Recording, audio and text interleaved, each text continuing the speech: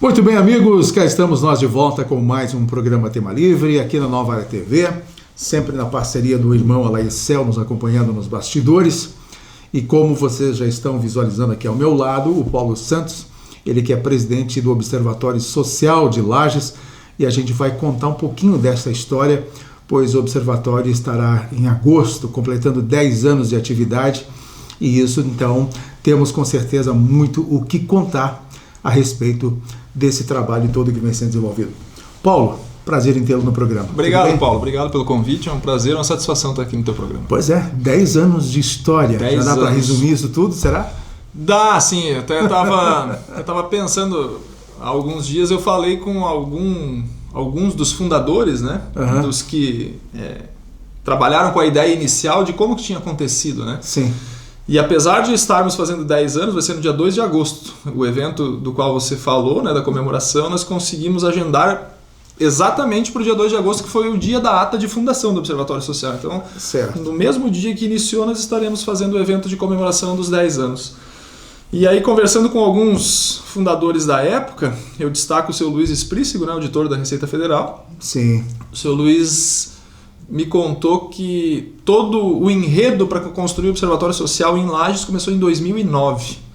Então foram 3 anos de reuniões, de conversas, de grupos formados, até que a ideia principal ganhou corpo e se criou então o Observatório Social de Lages. Então não é uma coisa que aconteceu de semana passada para agora, assim, né? É um trabalho muito, muito difícil, né? E até uma valorização que eu dou para aqueles que iniciaram, porque eu sempre brinco com o pessoal, né?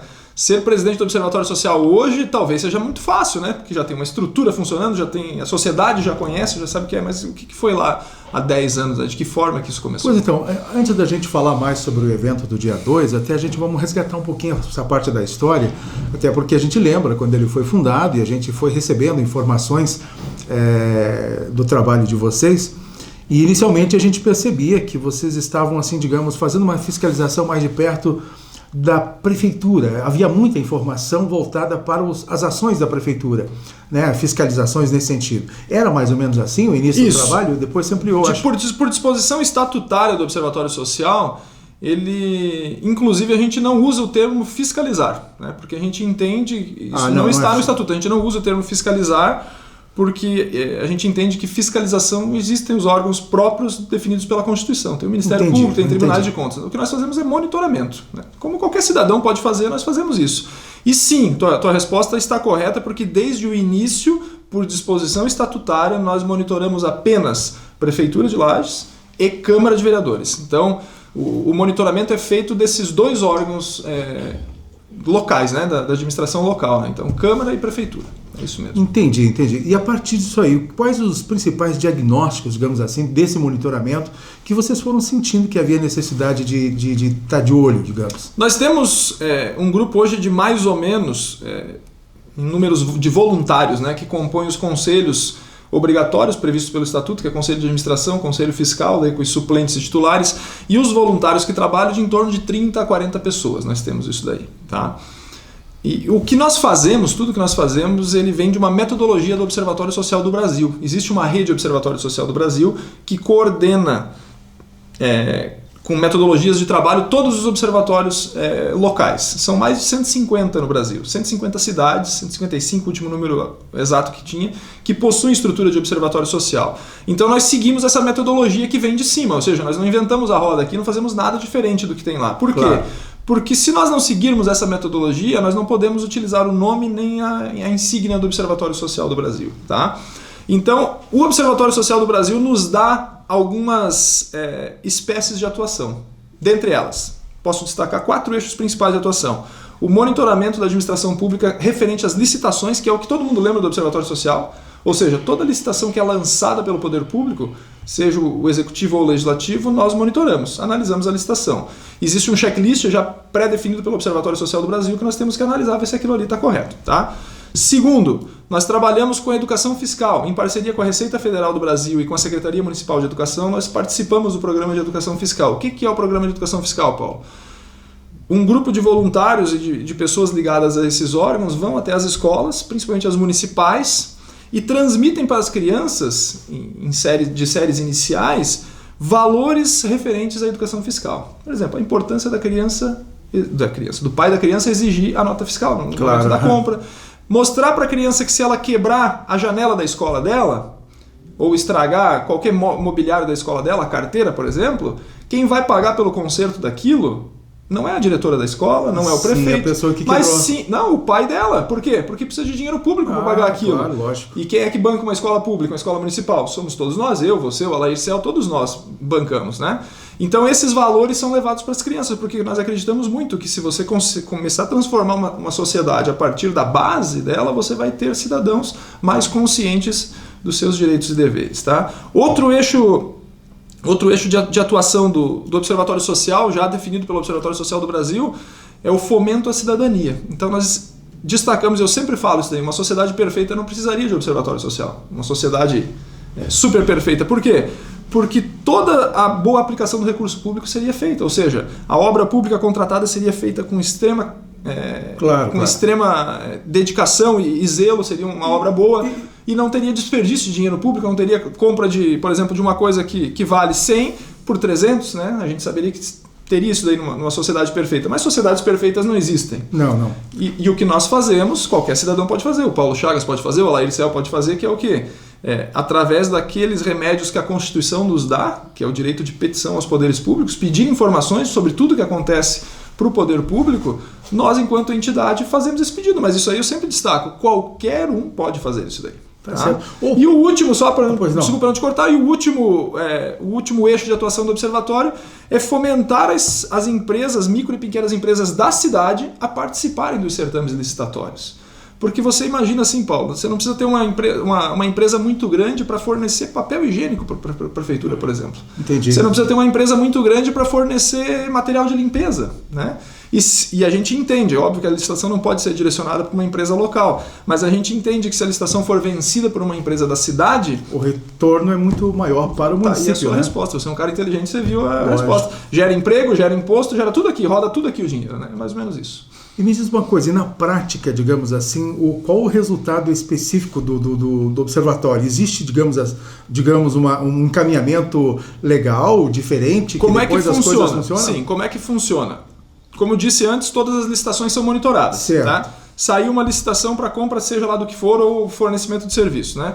Nossos voluntários, nossa equipe, nós temos uma equipe que trabalha de 3 pessoas contratadas, né? Nós temos uma coordenadora de projetos, a Lidiane, nós temos a Cristiane, nós temos uma coordenadora geral, que é a Lidiane, e nós temos uma estagiária, que é a Anne. Essas 3 pessoas são as únicas que recebem pagamento dentro do observatório, o resto é todo mundo voluntário. Esse pessoal coordena os nossos voluntários. Por exemplo, o cara Paulo, quero ser voluntário. Eu quero ser um voluntário no serviço de comunicação social. Vou ajudar eles a redigirem os textos. Perfeito. Aí tem o outro voluntário que entende um pouco de mercado, né? Trabalha com isso. Eu vou analisar as licitações que tem a compra de gêneros alimentícios. Assim que funciona. Analisou o edital de licitação. Constatou ali um sobrepreço de algum produto, por exemplo, a gente pega aquele edital de licitação, faz um ofício e manda para a secretaria competente. Essa secretaria, que a gente diz, por exemplo, esse microfone que está sendo vendido aqui, está sendo comprado aqui, vocês estão comprando por 100. Mas aqui no mercado local a gente localizou o mesmo microfone por 20. Então a gente tem justifica. Uma disparidade. Isso, tem uma coisa fora, alguma coisa está diferente. Tá diferente. Nós classificamos isso como fragilidade. Como eu te disse, nós não estamos ali para apontar que está errado alguma coisa. Não é vocês que punem. Não somos nós, exato, não temos esse poder de polícia. Então nós dizemos, aqui tem um sobrepreço. O poder público ele pode simplesmente dizer, não, mas a gente entende que o microfone vai ser comprado por 100 de média. Entendeu? O que a gente faz com isso, Paulo? A gente pega esse ofício que nós mandamos, a resposta recebida do poder público, mandamos para o Ministério Público. Daí vem aí o Ministério Público, Justiça. Exatamente, o Ministério Público recebe e aí tem um detalhe, o Observatório Social sai de cena. Por quê? Encerramos a nossa atuação. Nós não estamos lá para dizer você está errado, você está certo, você está errado. Não fazemos isso, né? Por quê? Muitas das vezes, quando nós mandamos esse ofício, e em grande parte das vezes, eu destaco isso para você, o município corrige a licitação, Paulo, sabe? Eles reconhecem que a nossa observação foi importante. Não, realmente, vocês estão corretos. E esse exemplo que eu dei do microfone é só um exemplo simples aqui, mas já aconteceu inúmeras vezes, né? Claro. Teve uma licitação que tinha compras de cadeiras de auditório, aquela cadeira que empilha, né? É para aquele local do lado do Jones Minosso, o Centro de Cultura, que foi desenvolvido há alguns anos.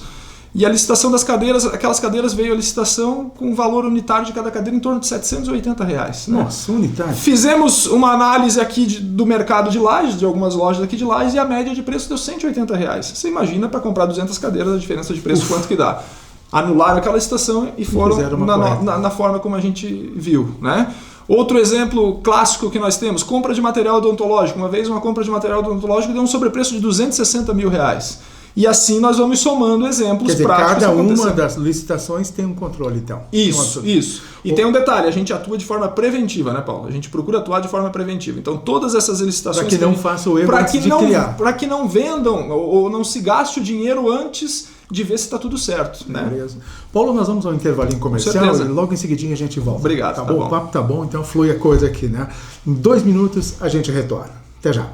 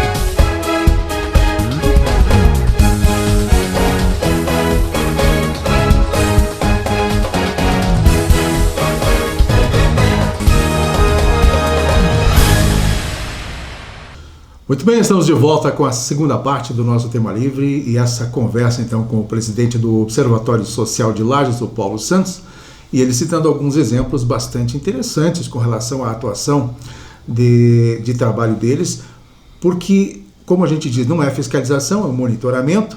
E tem um exemplo bastante interessante, nós conversamos agora no intervalo do programa, que houve um caso do papel higiênico comprado e também dos gêneros alimentícios para a merenda escolar, né, Paulo? O do papel higiênico é muito interessante. O nosso voluntário estava acompanhando um pregão eletrônico de forma presencial antes da pandemia, né? Claro. E ele notou lá o debate entre as empresas que estavam ofertando o papel higiênico e notou que o vencedor, por um preço bem inferior, foi interpelado pelos outros perdedores do certame, que disseram, você não vai conseguir entregar esse papel higiênico nesse preço, né? E ele insistiu, né? E pro azar do cara que ganhou no dia que ele foi entregar, o nosso voluntário estava lá no almoxarifado da Secretaria de Educação e viu chegar, lembrou, ele disse, vamos monitorar esse papel higiênico aí, dá 3 fardos aleatórios do caminhão, pegou 3 rolas e fez uma medida no chão, foi ver. quantos metros tinha de papel higiênico, né? A licitação dizia que tinha que ter rolos de 30 metros. 30 metros. O primeiro rolo deu 22, o segundo deu 25 e o terceiro deu 23 metros. Fizemos uma conta por alto, né? Bem superficial, por alto, de quantos metros em média deu a menos. Dava quase R$3.000 de diferença. E o resultado disso? Aí foi devolvido, né? Não chegou nada, não recebeu nada. Do gêneros alimentícios que você falou, esse nosso voluntário acompanhava de segunda a segunda-feira, toda segunda-feira, que era o dia que chegavam os gêneros alimentícios, para ver se estava sendo entregue de acordo. Por exemplo, se o tomate estava bom, se a alface estava chegando boa, se os outros gêneros estavam corretos, né? E a gente teve uma grata surpresa quando recebemos um determinado dia um ofício da Secretaria Municipal de Educação agradecendo pelo monitoramento do Observatório Social nesses gêneros. Isso porque parece que vocês devolveram toda a mercadoria um dia, né? Sim, foi os tomates, né? Esse dos tomates, Os tomates chegaram lá, de 2.000 quilos de tomate que chegaram, 300 quilos estavam podres, não estavam passados, estavam podres, não dava para receber, né? Devolveram, né?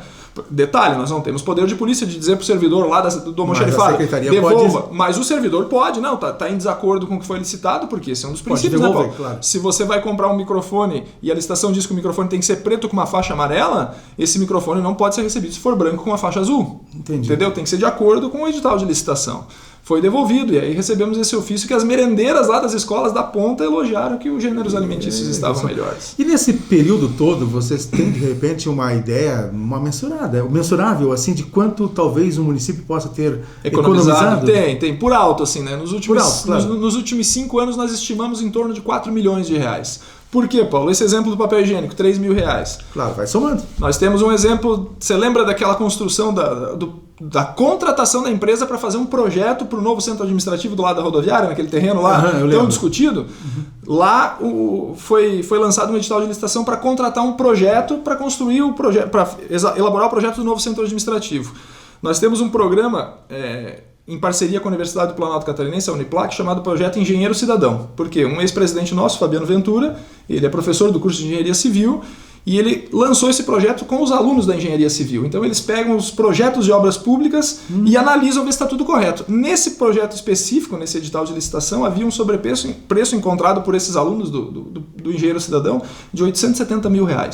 Então nós vamos somando. Daí o que acontece? A licitação foi cancelada após a nossa. Tanto é que nem saiu. Não saiu, não foi contratado nem o projeto. Foi cancelada a licitação do projeto. E nem a obra saiu. Então a gente vai somando esses valores, né? Então, 870 mil ali, 200 e poucos mil do material odontológico, como eu te falei, já deu 1 milhão. E assim vamos somando, né? Existem vários exemplos, né? Vários mesmo, assim, sabe? Que nós ficaríamos aqui 2 horas conversando e eu te trazendo. E essa observação de vocês é somente em Lages ou é na região? Só Lages. Lages é o único município da Amures que dispõe de observatório social. Por quê, Paulo? Porque as cidades menores têm um fator muito complicado. Por quê? Quem é que pode fazer parte do observatório social? Antes que você me pergunte, né?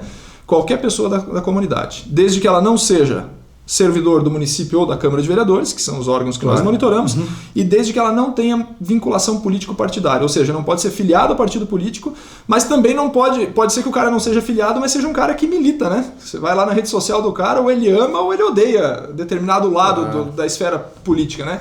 Então essas pessoas que não tiverem essas vinculações ou filiações podem ser voluntárias. Nas cidades menores, que é a grande realidade do nosso entorno, né?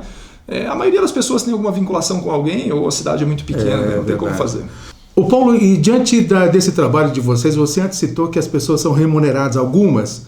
E como 3 apenas. 3 pessoas, pois é. E como é que vocês conseguem dinheiro, ou verba, ou renda para poder... Boa pergunta, Paulo. Para poder manter a instituição? Boa pergunta. Nós temos os mantenedores do Observatório Social. Quem são os mantenedores? Quem pode ser mantenedor do Observatório Social? Qualquer um. Nós temos mantenedores pessoas físicas, nós temos pessoas jurídicas e temos entidades. As entidades de Lages foram as principais interessadas no início das coisas, né? Então, por exemplo, quem que nós temos? Posso destacar a CIL, CDL, alguns sindicatos patronais, lojas maçônicas, OAB, que bacana. Rotaries. Então essas entidades, elas entregam dinheiro para o Observatório Social todo mês, porque o Observatório Social, apesar de ser uma associação sem fins lucrativos, uma entidade... Tem que manter. Nós temos salários para cumprir dessas 3 funcionárias, nós temos impostos decorrentes dessas folhas de pagamentos.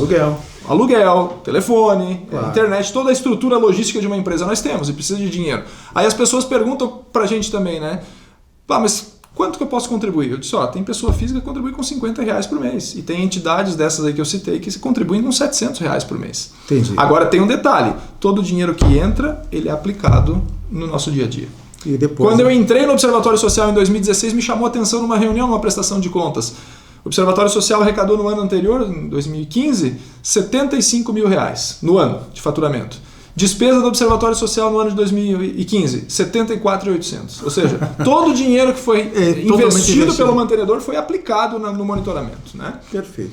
Ô Paulo, falando então do evento do dia 2 na Uniplac, o que além da homenagem aos ex-presidentes, o que mais se tem da programação? Pelo que eu vi, vai ter uma grande autoridade do Observatório. Vai ter o presidente do Observatório Social do Brasil, da Rede Observatório Social do Brasil, o senhor Jean Pedroso. Ele vai estar conosco, recebeu o convite e de pronto aceitou, veio, né? Ele vai fazer uma palestra porque é a principal autoridade da Rede Observatório Social, né? Então, vai fazer essa palestra, vão ser prestadas as homenagens aos ex-presidentes, né? E como eu disse, né, hoje ser presidente do Observatório talvez seja mais fácil do que quando começou lá com o Fernando, lá atrás, né? Na primeira gestão, né? Porque as pessoas não conheciam, ninguém sabia o que funcionava, como é que era, né? E aí depois vai ser feita essa palestra, mas além da palestra do presidente da Rede Observatório, é um convite para a sociedade para que venha conhecer mais de Observatório Social, sabe? A gente tem nota uma coisa, Paulo. A participação é aberta? Aberta, público. Né? Inclusive você e o Alaí já estão convidados. Né? Inclusive, assim, a gente nota uma dificuldade da sociedade de entender de fato o que o Observatório Social faz. Eu sempre bato na tecla da seguinte forma: qualquer um pode fazer o que nós fazemos. Existe lá a ouvidoria do município, a ouvidoria do estado, a ouvidoria da União, que você pode pedir as informações que você quiser que estejam relacionadas contigo ou de alguma outra forma com informação pública, porque existe a lei de acesso à informação. O poder público é obrigado a te prestar informações. No teu dia a dia de jornalista você já sabe mais do que eu. Se você quiser informações públicas acerca de qualquer coisa que é feito com dinheiro público, você pode usar a lei de acesso à informação e pedir. Mas a sociedade às vezes não sabe. E isso nos mais variados estratos sociais que nós temos, daquela pessoa com menos conhecimento até aquela pessoa com mais conhecimento. Então esse é um convite para a sociedade participar, para que a sociedade acompanhe esse evento de 10 anos, um evento significativo, né, por 10 anos de atuação. É um evento de agradecimento para todas as pessoas que são mantenedoras do Observatório Social, porque o cara que é mantenedor ele não faz propaganda nenhuma com aquilo, né? Claro. Ele acredita no nosso ideal, né? Para os voluntários que fazem o serviço dele e finalizando com essa palestra do presidente da Rede Observatório. No CCJ da Uniplac, a partir das 19h30? A partir das 19 horas, né? 19 horas. O cerimonial das 19 às 19h30, mais ou menos, claro. E a palestra às 19 horas, dia 2 de agosto, no CCJ da Uniplac. Então, você que quer conhecer um pouco mais do Observatório, está convidado a participar deste evento, então. Paulo, obrigado pela tua entrevista. Muito obrigado, eu que agradeço pela oportunidade de estar aqui num canal de comunicação. E mantenha-nos informados a respeito do trabalho de vocês. Estejam todos convidados, a sociedade toda é convidada, você, o Alair, pareçam lá para conhecer mais do Observatório Social. E uma frase que nós usamos, é o nosso lema, né? Nós conhecemos sempre aquele parente ou conhecido indignado no WhatsApp ou na rede social, no Facebook, no Instagram, né? Com as coisas, né? A gente sempre diz o seguinte: transforme a sua indignação em atitude, venha se juntar conosco e fazer parte de uma sociedade melhor. A mudança que nós queremos para o nosso país passa necessariamente pelas nossas ações. Interessante. Obrigado, então. Obrigado, Paulo. Grande abraço e até uma próxima. Um abraço, até mais. Assim a gente encerra mais um Tema Livre aqui na Nova Era e na próxima semana, se Deus quiser, a gente está de volta. Até mais.